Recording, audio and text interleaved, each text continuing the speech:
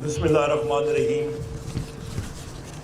میرے نہایت ہی واجب الادب میرے بڑے بھائی جناب علامہ راجہ ناصر عباس جعفری صاحب، چیئرمین مجلس وحدت مسلمین پاکستان، میرے بڑے بھائی اور بزرگ پریزیڈنٹ تحریک تحفظ آئین پاکستان جناب محمود خان اچکزئی صاحب، میرے بھائی جناب پیر نور الحق قادری صاحب جو عمر میں مجھ سے بڑے لگتے ہیں پر ہیں میرے ہم عمر،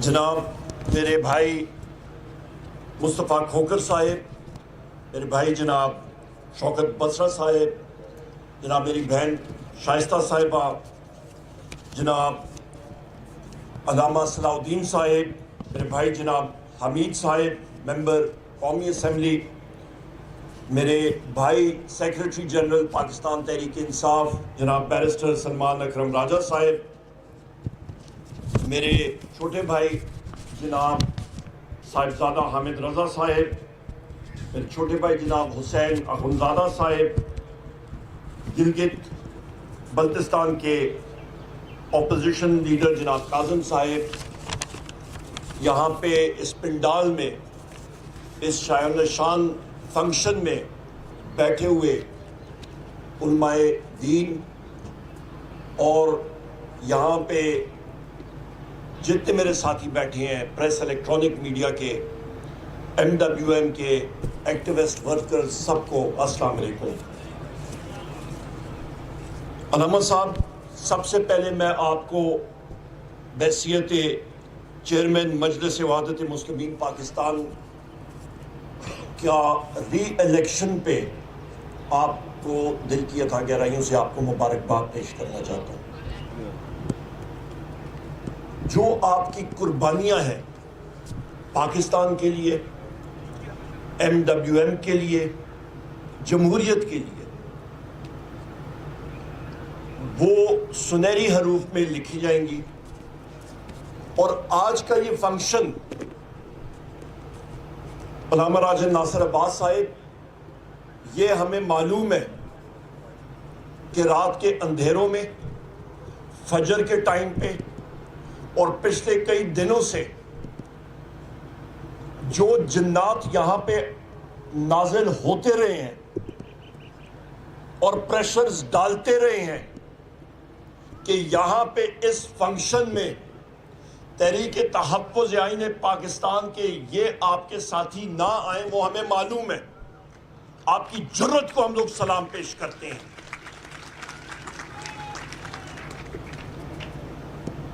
کہ آپ نے ان جنات کے لیے جو تعویذ رکھا وہ مؤثر ثابت ہوا اور ان کو بھگا دیا. یہاں پہ میں یہ بھی کہتا چلوں کہ آج کا جو موضوع ہے استحکام پاکستان کے حوالے سے، تو حضرات مختصراً میں بات کروں گا. استحکام پاکستان کاش آج یہاں پہ اس ملک میں مملکت خداداد پاکستان میں ہوتا تو آج میرا محبوب قائد وزیر اعظم عمران خان صاحب جیل میں نہ ہوتا، بشرا بی بی صاحبہ جیل میں نہ ہوتی، شاہ محمود قریشی صاحب جیل میں نہ ہوتے، ڈاکٹر یاسمین راشد صاحبہ جیل میں نہ ہوتی، میاں محمود رشید صاحب جیل میں نہ ہوتے، سینیٹر اعجاز چودھری صاحب جیل میں نہ ہوتے، سابق گورنر جناب عمر چیمہ صاحب جیل میں نہ ہوتے، حسان نیازی صاحب بیرسٹر صاحب جیل میں نہ ہوتے، سالار خان کاکڑ صاحب جیل میں نہ ہوتے، اور گزشتہ کل کے دن ہمارے دو ساتھی، ہماری بہن عالیہ حمزہ صاحبہ کو گرفتار نہ کیا ہوتا، صادام خان ترین صاحب کو بلوچستان میں کل گرفتار نہ کیا ہوتا، یا پاکستان میں استحکام ہوتا. پر بدقسمتی کے ساتھ جہاں پہ بات ہوتی ہے کہ پاکستان کو ہارڈ سٹیٹ ہونا چاہیے. تو پاکستان میں جب استحکام نہیں ہے، پاکستان میں رول آف لا نہیں ہے، تو پاکستان ہارڈ سٹیٹ بن ہی نہیں سکتا. اور اس کی بنیادی وجوہات کہ آپ کو ایک مضبوط ریاست بننے کے لیے کیا چیزیں چاہیے، اور ریاست کے اوپر بھی میں آتا ہوں. ایک مضبوط ملک جس کی سرحدیں بھی مستحکم ہوں، اس کے لیے کئی ضروریات ہوتی ہیں. قومی ہم آہنگی چاہیے ہوتی ہے، ایک طاقتور معیشت چاہیے ہوتی ہے، پھولتی پھالتی آگے بڑھتی ہوئی معیشت، نہ کہ وہ بیساکھیوں پہ چلنے والی معیشت. ملک میں استحکام اور جغرافیائی سرحدیں مضبوط ہونے کے لیے اور ایک مضبوط ملک بننے کے لیے، ایک ہارڈ سٹیٹ کے لیے آپ کو ایک مضبوط دفاع بھی چاہیے ہوتا ہے. جب ملک میں پیسہ نہیں ہوگا، معیشت کمزور ہوگی، افراتفری ہوگی، تو آئین اور قانون کی بالادستی نہیں ہوگی، تو ہارڈ سٹیٹ کیسے بنے گا؟ ملک کیسے ترقی کرے گا؟ یہاں پہ ہمارے یہ میڈیا کے ساتھی موجود ہیں، یہاں پہ انہوں نے کیمرز لگائے ہوئے ہیں. میں آپ کو گارنٹی سے کہہ سکتا ہوں، یہاں پہ انہوں نے ڈی ایس این جیز، یہ سیٹلائٹ ڈشز لگائی ہوئی ہیں، یہ فیڈ ادھر سے جا رہی ہے. پر انشاءاللہ وثوق سے کہہ سکتا ہوں علامہ صاحب، یہاں کی ایک بھی چیز نشر نہیں ہوگی، کیونکہ ان کے میڈیا سینٹرز میں ان کے مالکان نے اپنے پروڈکشن سینٹرز میں یہ حکم جاری کیا ہوگا، اور وہاں پہ جو ہاجوج ماجوج اور جنات نازل ہوئے ہیں، انہوں نے اس آگے فیلڈ کو جانے ہی نہیں دینا جب تک اس پہ کٹوتی نہیں ہوگی، جب تک وہ دیکھیں گے نہیں. اور یہ بیچارے کیا کر سکتے ہیں، کیونکہ ان کے مالکان بھی ان کو تنخواہیں نہیں دیتی، کیونکہ یہاں پہ آزادی رائے ہے ہی نہیں.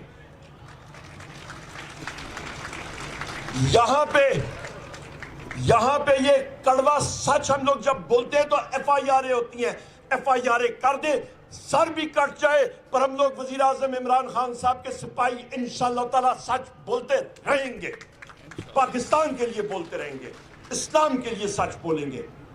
یہاں پہ میڈیا کے حوالے سے بات کریں تو ایک کڑوا سچ اور بھی سن لیں کہ یہ نشریات آگے کیوں نہیں جائیں گے اچکزئی صاحب، کیونکہ میڈیا مالکان جو ہیں وہ ریل اسٹیٹ بزنس میں چلے گئے ہیں، ریل اسٹیٹ بزنس سے آ کے انہوں نے یہ چینل خریدے ہیں، اور کل وہ اپنی مرضی کریں تو ڈی ایچ اے آ کے ان کو خرید لے گا یا ان کے گھٹنے ٹکا دے گا، تو یہ بیچارے کیا کریں گے؟ یہ حقائق آپ کو ذہن میں رکھنے چاہیے. بسرا صاحب ہنس رہے ہیں، ان کو معلوم ہے وہ میڈیا کے ساتھ ڈیل کر چکے ہیں. یہاں پہ جناب والا اور میرے میڈیا کے ساتھی بھی ہنس کے سار ہلا رہے کہ اوکھا کام کر دیتا ہے عمر ایوب نے آج.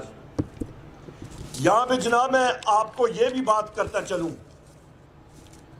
کہ ریاست کی بات آتی ہے، ریاست کی ڈیفینیشن تشریح کیا ہے؟ ہمیں کہا جاتا ہے 9 مئی ریاست کے خلاف. او بھائی پہلے ڈیفینیشن تو پڑھ لو بھائی جان.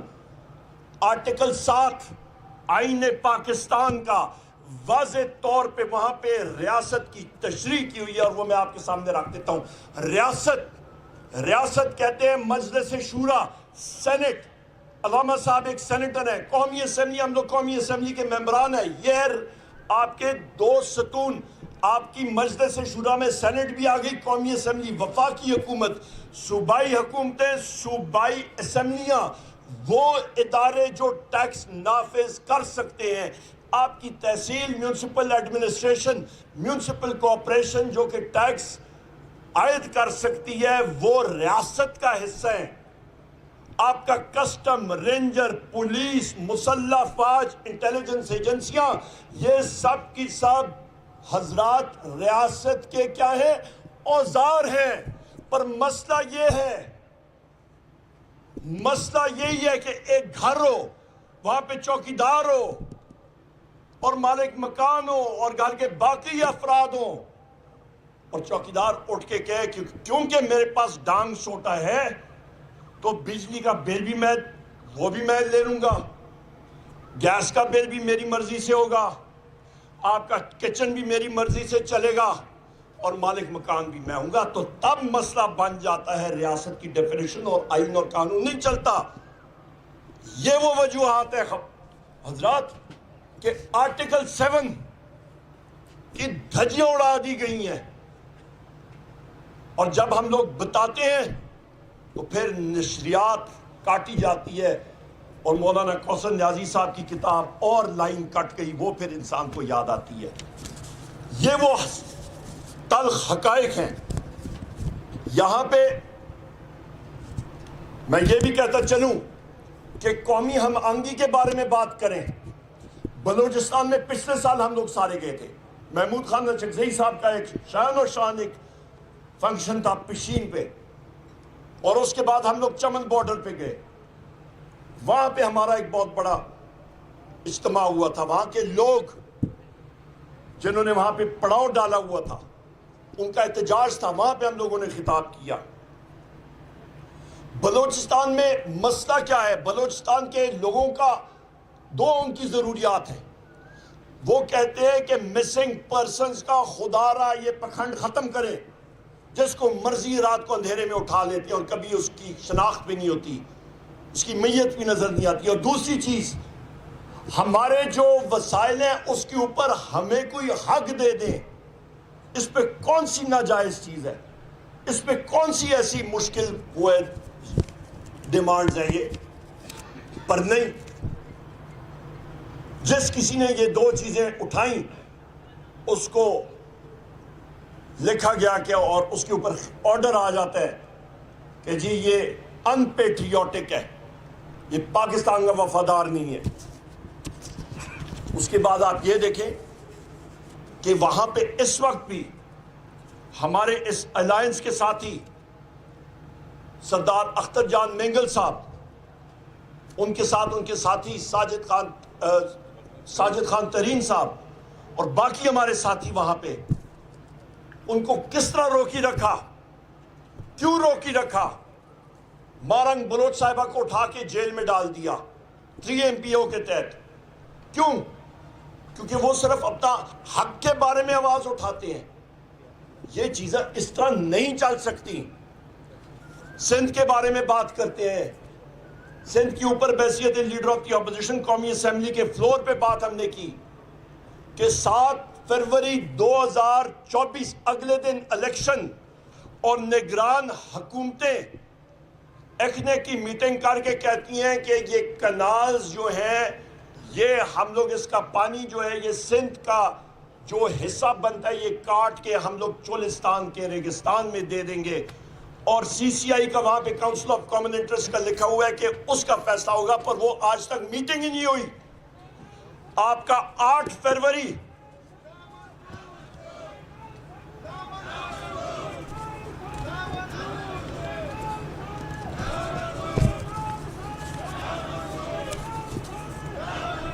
آپ کا 8 جولائی 2024 کو پریزیڈنٹ ہاؤس میں گرین انیشیٹیوز کی میٹنگ ہوتی ہے۔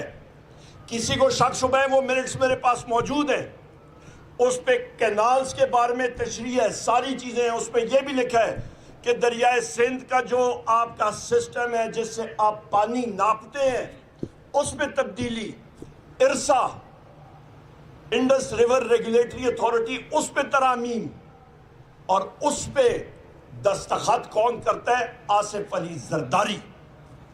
آپ کو یہ حقائق اس لیے بتا رہا ہوں کہ یہ ایک ریکارڈ کا حصہ ہے، اور پھر جب اپوزیشن کی پارٹیاں قومی اسمبلی میں اس چیز کو اجاگر کرتی ہیں اور ثبوت سامنے لاتی ہیں، تو وہاں پہ آصف علی زرداری جوائنٹ سیٹنگ میں آ کے مگرمچھ کے آنسو رونا شروع ہو جاتا ہے اور جھوٹ بولتا ہے وہاں پہ۔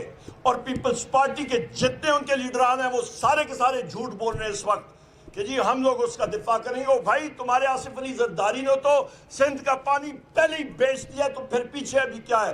اور مسلم لیگ نون کے وزراء بھی اس چیز کی تصدیق کرتے ہیں، وہ کہتی ہیں انہوں نے بیچا ہے، ہمیں معلوم ہے، وہ دستاویزات ہم نے دکھائے ہیں۔ یہ حقائق ہیں۔ اس وقت آپ یہ دیکھیں، طوفان آ رہا ہے، میں بات ختم کرتا ہوں کہ آپ کا جناب والا یہ کہتے ہیں کہ ہم لوگ، آپ کا جو تیل کی قیمتیں دنیا میں کم ہو گئی ہیں، اس کا فائدہ عوام کو نہیں پہنچائیں گے. کیوں؟ کیونکہ ہم لوگ بلوچستان کی ترقی پہ خرچ کرنا چاہتے ہیں، یا پھر ہم لوگ بجلی کے بلوں میں اس کو استعمال کرنا چاہتے ہیں. مزے کی بات بتاؤں اجگزئی صاحب، آپ کا جو ترقیاتی بجٹ ہے جو قومی اسمبلی نے پاس کیا تھا اس فارم 47 حکومت نے، پچھلے سال 1400 ارب روپے کا، کتنا؟ 1400 ارب روپے 9.5 مہینوں میں ابھی تک صرف اور صرف اس کا 30% خرچ ہوا ہے، یعنی کہ 424 ارب روپیہ. 1000 ارب روپیہ ابھی باقی ہے. یہ ابھی بھی شہباز شریف جھوٹ بول رہے ہیں. یہ جھوٹ ہمیشہ ہی بولتے رہیں گے. ان کے پاس عوام کی طاقت نہیں ہے. 1000 ارب روپے موجود ہے، وہ بلوچستان کے لوگوں کے لیے، وہ جہاں پہ مرضی ترقی کے لیے وہ خرچ کر سکتے ہیں. پر نہیں، وہ رقم بھی ہیر پھیر، اور جو تیل کی قیمت دنیا میں کم ہو رہی ہے وہ بھی آپ سے گئی. مہنگائی، میں آپ سے اس پنڈال میں آپ ساتھیوں سے پوچھ رہا ہوں، کیا مہنگائی بڑھی ہے یا کم ہوئی ہے؟ شہباز شریف کہتا ہے کہ کم ہوئی ہے، آپ کیا کہتے ہیں؟ مہنگائی کم ہوئی ہے زیادہ ہوئی ہے؟ بولے، آواز آنی چاہیے میڈیا والوں کو. زیادہ ہوئی ہے کم ہوئی ہے؟ سن لیں میرے میڈیا کے ساتھیوں، پاکستان کی عوام کو یہ بتائیں مہنگائی کہاں پہ جا رہی ہے، اور آپ اپنی عیاشیوں پہ لگے ہوئے ہیں.